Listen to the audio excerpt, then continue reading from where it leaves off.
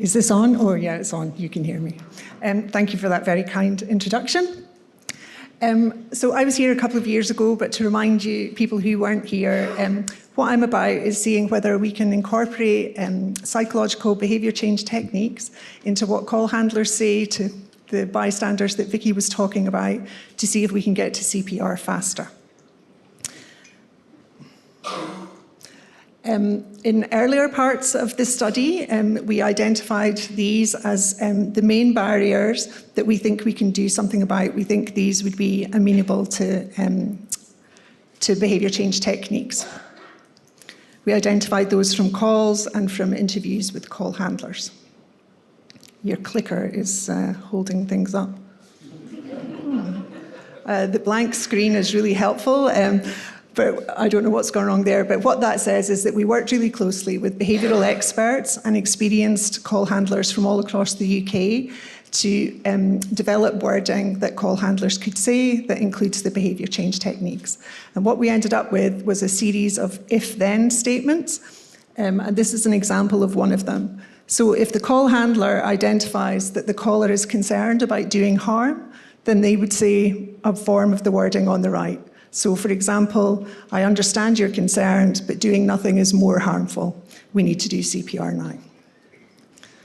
So having developed the wording, we wanted to check that the call handlers would know how to deploy it.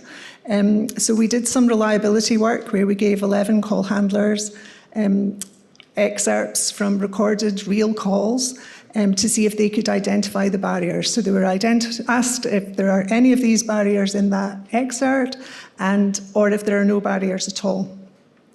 The call handlers did amazing. They got it right 85% of the time. But that isn't the real life of a call handler. They're not reading bits of paper, they're listening to things like this. If anyone's likely to be upset about hearing a real call, this is the time to leave.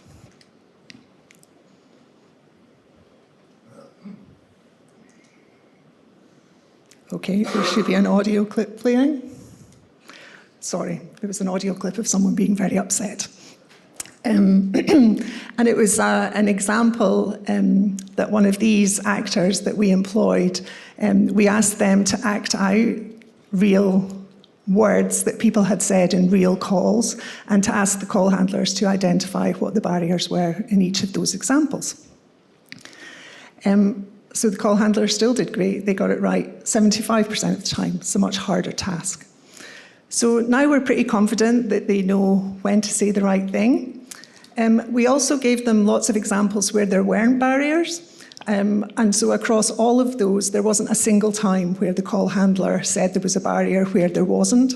So we're also really reassured that call handlers aren't going to be saying this stuff if there's no need for it. They're not wasting time. So now we're like, how do we check if this works? And we thought we would do a simulation, randomized controlled trial, mock up a cardiac arrest scenario and see what people did.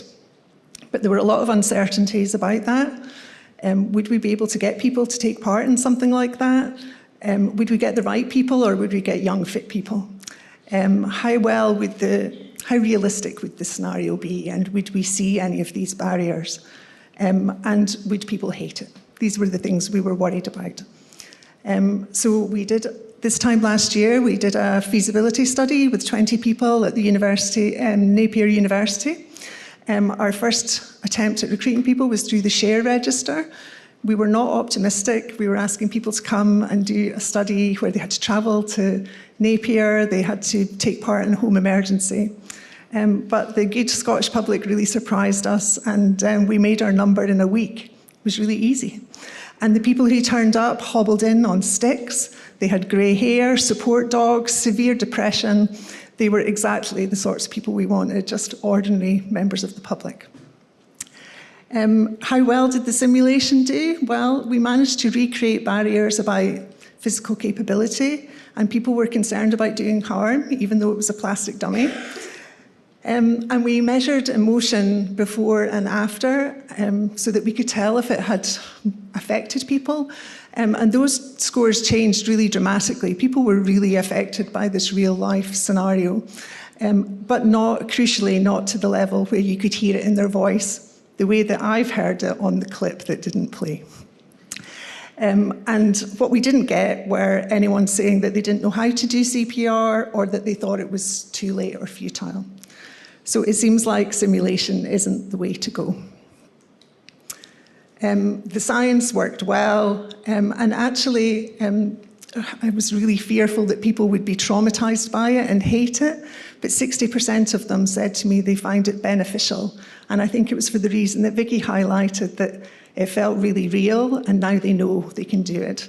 So they really enjoyed that part of it. So having decided against simulation, we've gone back to the British Heart Foundation, who've kindly agreed to fund a trial for real.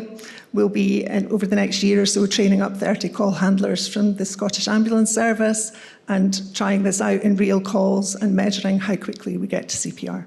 I look forward to telling you more about that next year. Thank you.